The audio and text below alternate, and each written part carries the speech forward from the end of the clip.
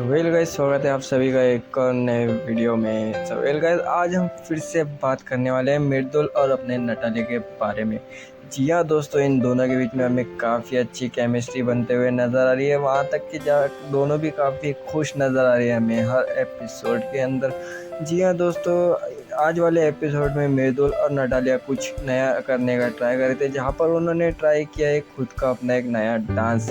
जी हाँ दोस्तों, नटालिया अपने मृदुल को कुछ डांस स्टेप सिखाते हुए नज़र आ रही है, जहाँ पर मृदुल भी काफ़ी खुशी और लगन से वो डांस के स्टेप सीख रहे हैं। और वहीं पर ही वहाँ पर अपने अवैध दरबार को भी इन्वॉल्व किया मृदुल ने। मृदुल ने पूछा अवैध दरबार को, क्या भाई बोले अवैध दरबार बोले मुझे भी सिखा देना ये स्टेप्स। जी हाँ दोस्तों, मृदुल काफ़ी अच्छे से भी स्टेप्स कर रही है, जहाँ पर नटालिया भी काफ़ी खुश नज़र आ रही है। वेल, आपका क्या ओपिनियन है इस जोड़ी के ऊपर?